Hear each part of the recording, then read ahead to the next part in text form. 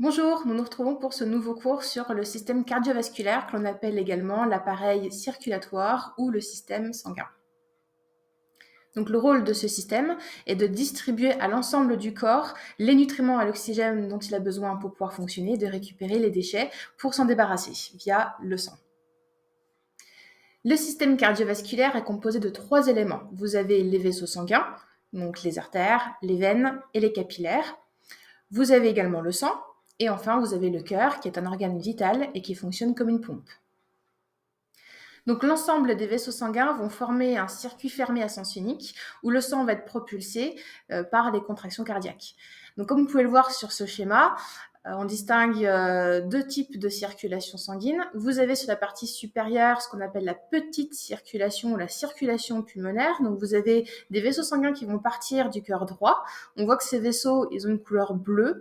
Donc le code couleur, le bleu, c'est pour dire que les vaisseaux ont un sang qui est pauvre en oxygène et riche en dioxyde de carbone, donc le CO2. Donc là, ces vaisseaux qui partent du cœur, c'est toujours des artères. Donc ce sont des artères pulmonaires. Elles vont aller jusqu'au poumon où elles vont se débarrasser du dioxyde de carbone. Et le poumon va ensuite expirer le dioxyde de carbone pour le rejeter dans l'air. Il va ensuite inspirer. Le poumon va se charger du coup en oxygène qui va passer dans le sang. Et donc les vaisseaux qui vont quitter les poumons, cette fois-ci, vont avoir une autre couleur, la couleur rouge, pour signaler qu'en fait le sang, cette fois-ci, va être riche en oxygène, en O2, est pauvre en CO2. Donc ces vaisseaux qui vont partir du poumon et qui vont arriver au niveau du cœur, ce sont des veines. Donc on a les veines pulmonaires, droite et gauche. Et ensuite, nous avons la grande circulation ou circulation systémique, puisque cette circulation, eh bien, elle va aller alimenter l'intégralité des systèmes, des différents tissus de notre corps. Donc vous avez cette fois-ci des vaisseaux sanguins qui vont partir du cœur gauche. Donc les vaisseaux qui partent du cœur, c'est toujours des artères. Donc là, la plus grosse artère de notre corps, c'est l'aorte. Donc cette aorte, vous voyez qu'elle est rouge puisqu'elle va être riche en oxygène. Elle va aller, vous voyez le petit bonhomme tout en bas du schéma, c'est pour schématiser les différents systèmes. Donc les artères vont aller alimenter tous ces systèmes-là, vont se décharger en oxygène qui vont aller dans les cellules et à l'inverse, les cellules, elles vont vouloir évacuer tous leurs déchets métaboliques. Donc elles vont les faire sortir de leur membrane. Ces déchets vont aller dans les vaisseaux sanguins et les vaisseaux sanguins qui vont partir des systèmes, eh bien vous voyez, ils ont de nouveau cette couleur bleue puisqu'ils se sont enrichis en dioxyde de carbone, appauvris en oxygène et ils repartent cette fois-ci au niveau du cœur pour repartir dans la petite circulation, la circulation pulmonaire. Donc au niveau anatomique, on peut voir sur ce schéma que le cœur est situé dans la partie centrale du thorax et qu'il se trouve entre les deux poumons. Donc son extrémité qui est un petit peu pointue s'appelle l'apex. Et donc le cœur ainsi que les poumons vont reposer sur un muscle qu'on appelle le diaphragme. Donc comme vous pouvez le voir sur ce nouveau schéma, nous avons un organe qui est musculaire et qui est creux. Il est divisé en deux parties grâce à une paroi qui s'appelle le septum interventriculaire qui va ainsi diviser le cœur en un cœur droit et un cœur gauche. Donc chacune de ces deux parties va être constituée de deux cavités. Vous avez dans les parties supérieures les petites cavités qui s'appellent des oreillettes qui vont recueillir le sang et l'éjecter dans les ventricules. Et les grosses clavicules qui sont plutôt sur la partie inférieure du cœur, eh bien, ce sont les fameux ventricules qui vont éjecter le sang du cœur vers le reste du corps. Donc le sang va s'écouler toujours dans une seule direction et chaque ventricule va comporter une valve. Donc vous avez les petits cordages tendineux en fait, voilà, qui vont tirer ou fermer les valves. Et ces valves vont s'ouvrir pour laisser passer le sang et se refermer pour éviter un reflux. Et donc les battements cardiaques vont être la preuve que le cœur est en train de pomper. Et les bruits du cœur que le médecin va écouter avec le stéthoscope eh bien, correspondent à l'ouverture et à la fermeture de ces valvules. Sur le troisième schéma, on peut voir la constitution du cœur au niveau des tissus.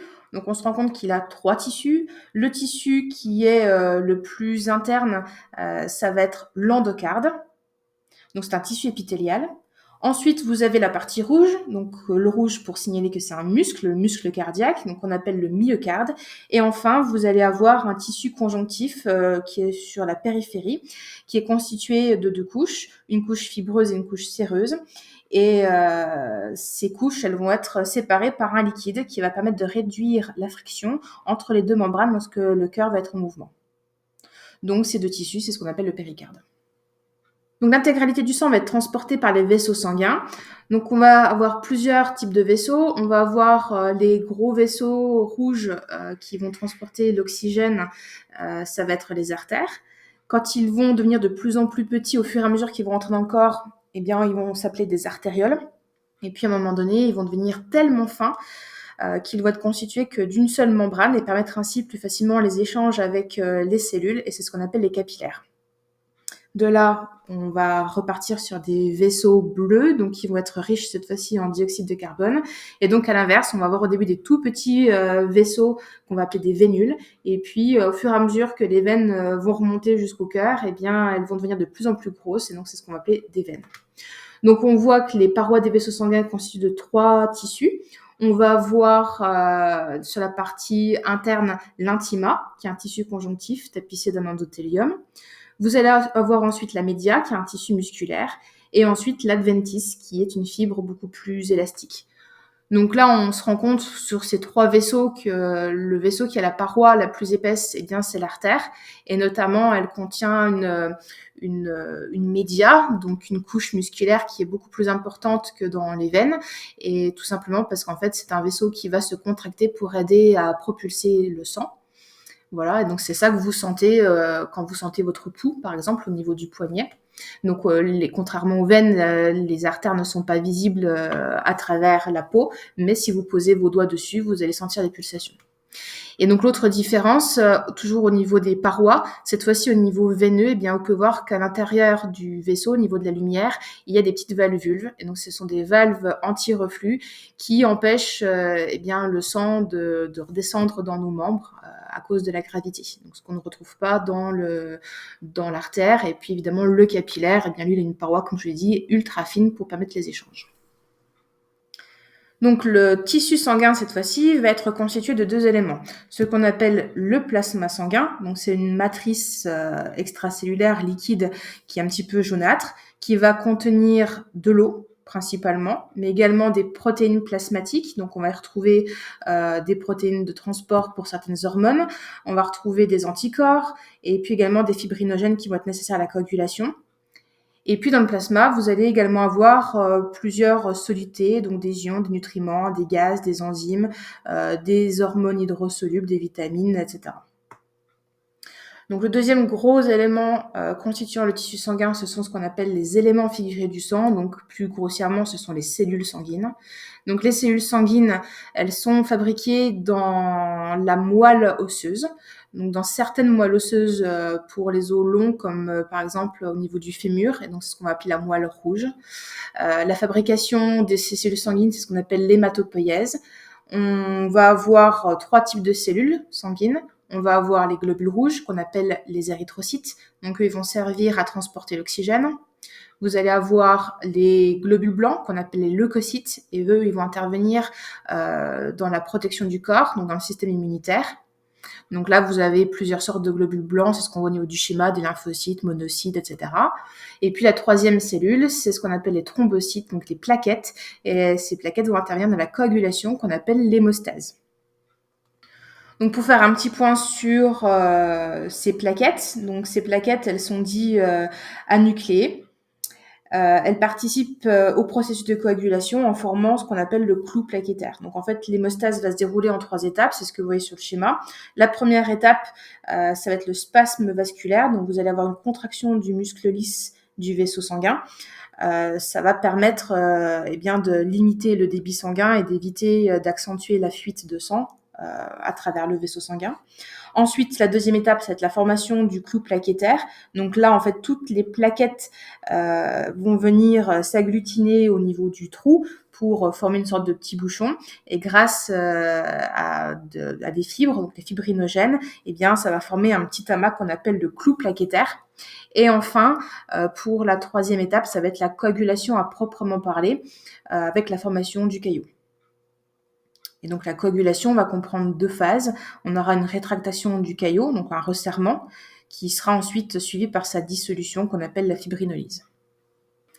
Donc il faut savoir qu'à la surface des globules rouges, on va avoir des petits marqueurs qui vont identifier les cellules pour classer le sang en différents systèmes sanguins. Et ces marqueurs s'appellent des antigènes. Donc nous, on distingue deux types de groupes sanguins. On va avoir le système ABO et le système Rhésus. Donc là, le schéma à l'écran, il vous donne comme exemple le système ABO. Donc vous allez ou non avoir comme marqueur, comme antigène de surface au niveau de globules rouges, soit des antigènes A, soit des antigènes B, voire les deux, ou alors aucun. Donc quand vous avez les antigènes A, vous êtes de groupe A. Quand vous avez les antigènes B, vous êtes de groupe B. Quand vous avez les deux, vous êtes groupe AB. Et quand vous n'en avez aucun, vous êtes groupe O. Et en fait, dans votre plasma, eh bien, vous allez développer des anticorps aux antigènes qui sont contraires aux antigènes de vos cellules. Donc, quand vous êtes groupe A, vous avez des antigènes A, donc vous allez développer des anticorps anti-B. Quand vous êtes groupe B, vous aurez des anticorps anti-A. Quand vous aurez les deux groupes, vous n'aurez pas d'anticorps. Et quand vous n'aurez pas d'antigène, eh bien, vous aurez les deux anticorps. Donc, ça veut dire quoi? Ça veut dire que quelqu'un qui est de groupe A, eh bien, si on lui transfuse du sang de groupe B, eh bien, vos anticorps vont attaquer ces cellules sanguines qu'ils vont considérer comme des cellules étrangères au corps. Donc, il va y avoir une réaction immunitaire et donc la transfusion se passera mal. Donc en fait, si on suit ce raisonnement, eh bien ça veut dire que le groupe AB, vu que lui, il n'a aucun anticorps, ça veut dire qu'on peut à la fois lui transfuser du groupe A, mais aussi il est compatible avec le groupe B. Donc c'est ce qu'on appelle un receveur universel. Voilà. À l'inverse, les groupes O, donc eux, c'est un peu plus compliqué au niveau des transfusions. Par contre, eux, comme ils n'ont aucun marqueur, eh bien, on peut très bien donner du groupe O à quelqu'un qui est de groupe A ou de groupe B.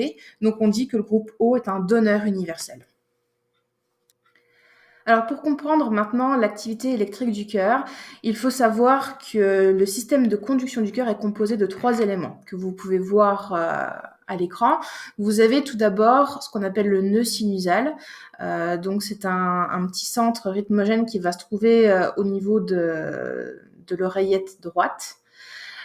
Et en fait, l'influx nerveux, il va démarrer au niveau du nœud sinusal, il va se propager dans toute l'oreillette et il va aller atteindre un autre nœud qui s'appelle le nœud auriculo-ventriculaire, donc vous voyez qui est juste en dessous, qui va l'activer et donc ce nœud va transmettre à ses branches, donc c'est les branches qui partent dans le septum et dans les différentes parois pour transmettre du coup les différents potentiels d'action. Et enfin, le troisième élément de conduction, eh bien, ce sera les myocytes, donc les cellules musculaires du cœur, qui vont également permettre de transmettre le potentiel d'action dans le reste du myocarde des ventricules. Donc la régulation, la conduction va se faire par le nœud sinusal, le nœud auriculo-ventriculaire et ses branches, et par les myocytes. Donc le système nerveux à proprement parler, lui, ne va pas générer la fréquence cardiaque, mais il va la réguler.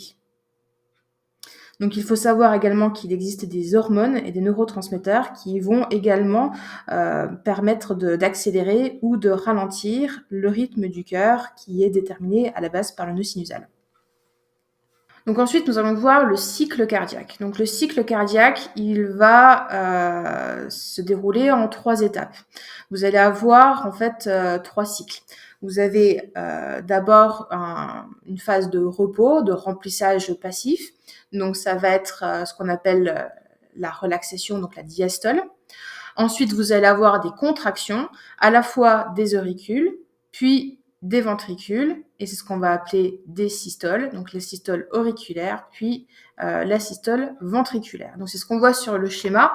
Vous voyez que le tout premier schéma à gauche, vous avez les oreillettes qui vont se remplir. Donc là, on est bien sur une diastole, c'est passif, le sang arrive des veines, donc notamment si on regarde le côté droit du cœur, donc là à l'écran c'est inversé, donc c'est la partie qui est en bleu. Vous allez avoir les veines caves inférieures et supérieures qui vont déverser le sang dans l'oreillette droite. Et une fois que l'oreillette est bien remplie, ça va générer une pression sur la valve qui se trouve au bas de l'oreillette. Et donc, sous l'effet de la pression, eh bien, la valve auriculo-ventriculaire va s'ouvrir et donc le sang va se déverser dans le ventricule. Mais là, ça se fait toujours de manière passive. Il n'y a toujours pas de contraction musculaire.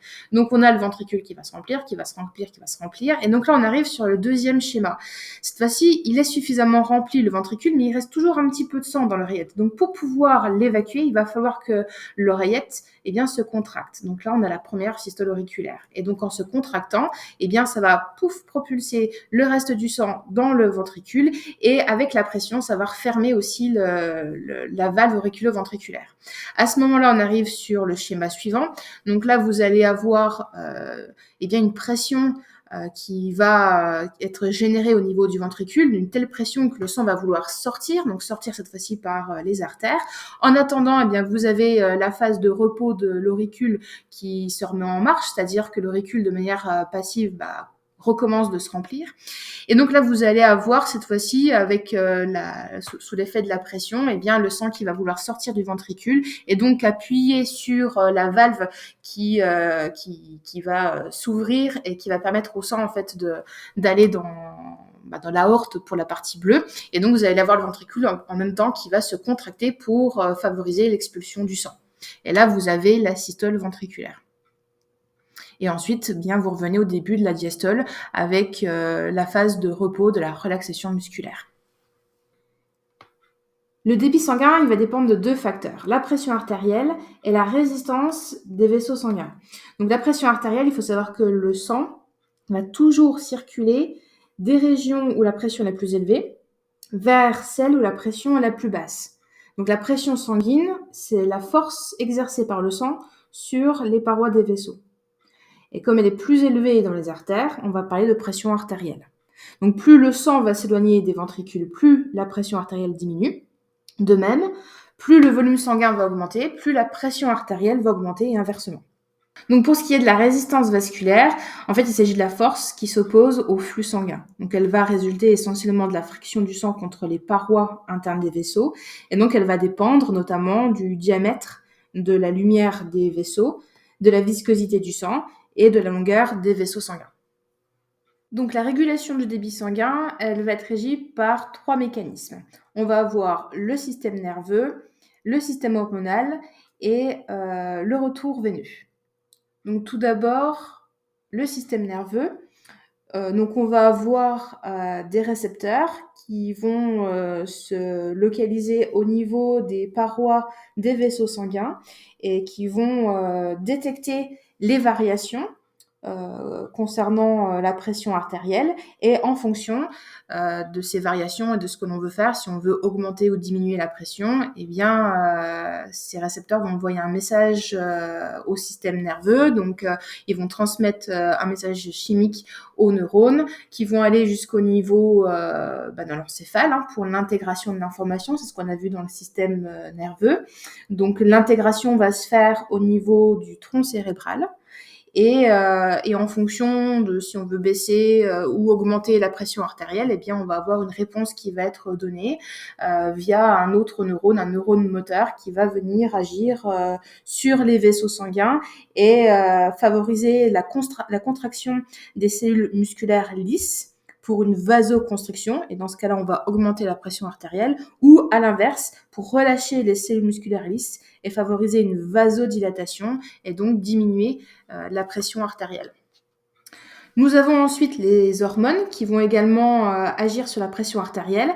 Donc nous avons vu déjà dans le système endocrinien que l'hypothalamus sécrète une hormone ADH, c'est une hormone antidiurétique qui va contrôler la volémie. Et on a vu que le volume sanguin va avoir un impact sur la pression artérielle. Plus le volume sanguin augmente, plus la pression augmente et inversement.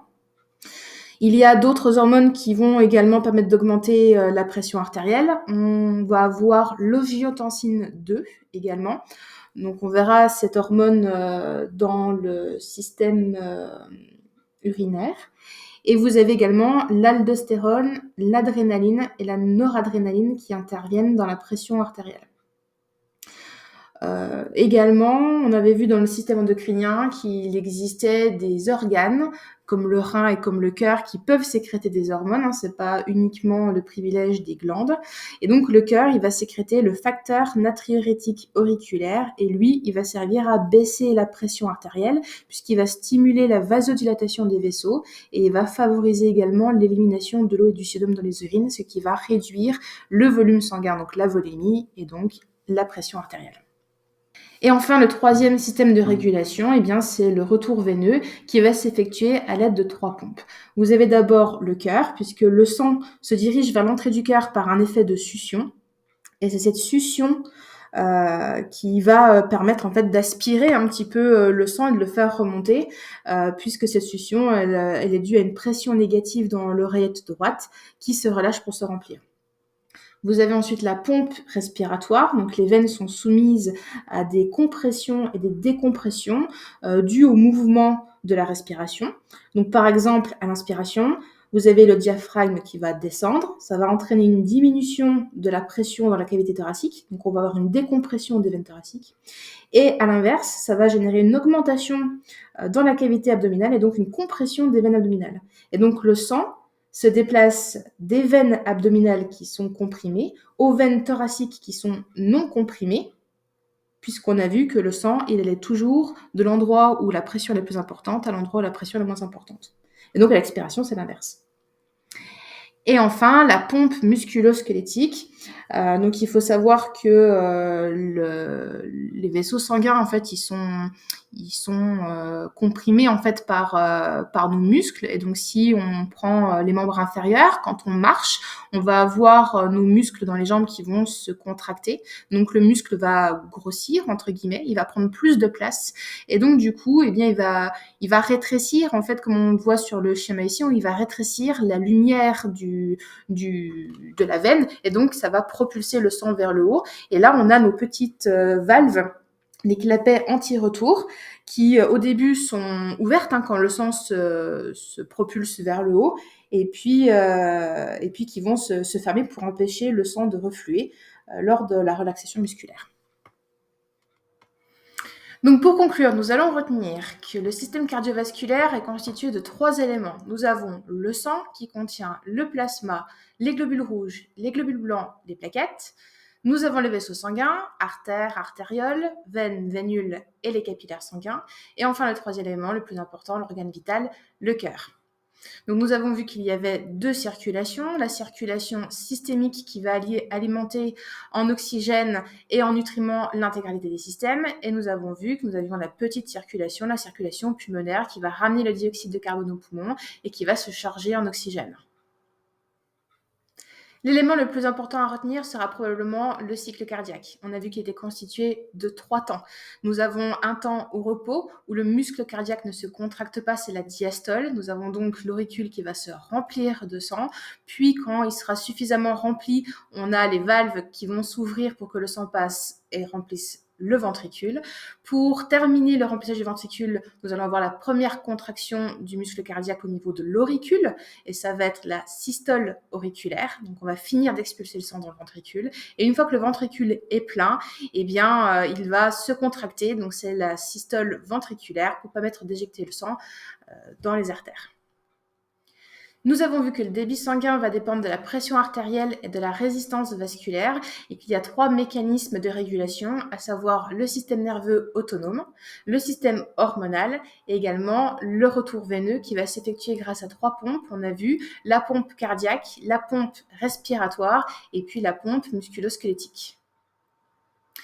Enfin, retenons les 3 principales fonctions du système cardiovasculaire. Il va avoir, premièrement, un rôle dans le transport des gaz, des nutriments et des déchets. Il va ensuite avoir un rôle dans la régulation de la température, de la volémie et également du pH, donc avec la concentration des ions. Et toute cette régulation va se faire grâce à la vasoconstriction ou la vasodilatation des vaisseaux sanguins. Et enfin, le troisième rôle, et non des moindres, c'est un rôle de protection. Non seulement il va permettre la coagulation lorsque l'on va saigner, donc c'est ce qu'on appelle l'hémostase, mais également il va intervenir dans l'immunité puisqu'il va contenir de nombreuses cellules du système immunitaire. Voilà, nous avons fini ce cours, donc je vous invite maintenant à réaliser les exercices du système cardiovasculaire et de cliquer sur la prochaine vidéo, le système immunitaire.